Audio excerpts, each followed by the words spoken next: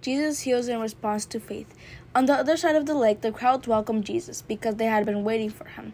Then a man named Jairus, a leader of the local synagogue, came and fell at Jesus' feet, pleading with him to come home with him. His only daughter, who was about 12 years old, was dying. As Jesus went with him, he was surrounded by the crowds.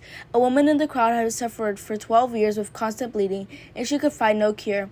Coming up behind Jesus, she touched the fringe of his robe. Immediately, the bleeding stopped. "Who touched me?" Jesus asked. Everyone denied it, and Peter said, "Master, this whole crowd is pressing up against you." But Jesus said, "Someone deliberately touched me, for I felt healing power go out of me." When the woman realized that she could not stay hidden, she began to tremble and fell to her knees in front of him. The whole crowd heard her explain why she had touched him, and that she had been immediately healed. "Daughter," he said to her, "your faith has made you well. Go in peace." While he was still speaking to her, a messenger arrived from the home of Jairus, the leader of the synagogue. He told him, "Your daughter is dead. There's no use troubling the teacher now." But when Jesus heard what had happened, he said to Jairus, "Don't be afraid, just have faith, and she will be healed."